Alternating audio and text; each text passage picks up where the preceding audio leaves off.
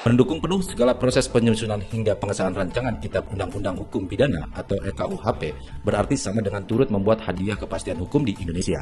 Wakil Menteri Hukum dan HAM, Edward Omar Sharif Hiaris, menyebut pihak-pihak yang masih menolak adanya RKUHP berarti sama saja mereka mendukung adanya status quo. Bahkan dengan tegas Wamenkumham tersebut menyatakan bahwa menolak RKUHP artinya sama dengan terus mempertahankan ketidakpastian hukum di Indonesia.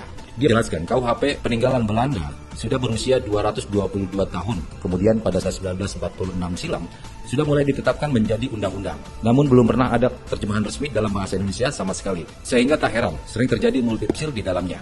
Bukan hanya itu, beberapa paradigma yang digunakan nyatanya sama sekali tidak sesuai dengan bagaimana filosofis masyarakat Indonesia sendiri.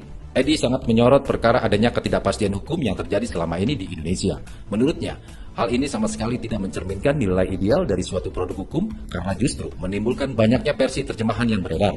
Sementara itu, Guru Besar Hukum Pidana Universitas Gadjah Mada, Markus Priyogumenarto menambahkan bahwa terdapat persoalan lain jika Indonesia masih terus memaksakan untuk menerapkan KUHP lama peninggalan Belanda sebagai sistem hukumnya. Masalah tersebut terletak pada dimensi waktu dan dimensi tempat yang menurutnya sama sekali sudah tidak sesuai lagi dengan kondisi masyarakat sekarang. Terlebih, masyarakat saat ini sudah sangat berkembang dengan masuknya era digital. Maka dari itu, Markus juga mengungkapkan bahwa hukum pidana yang berlaku di Indonesia sangat wajib untuk bisa disesuaikan dengan bagaimana perkembangan dinamika masyarakat yang ada.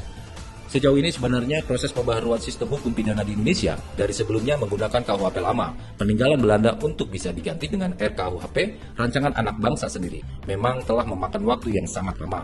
Ketua Sekolah Tinggi Hukum Indonesia, Arifte Surawijojo, melihat hal tersebut sebagai bentuk upaya kehati-hatian dalam menangkap segala persoalan dan merumuskan aturan di tengah-tengah masyarakat sehingga tidak bisa secara sembarangan begitu saja tiba-tiba merubah aturan tanpa proses kajian sangat mendalam.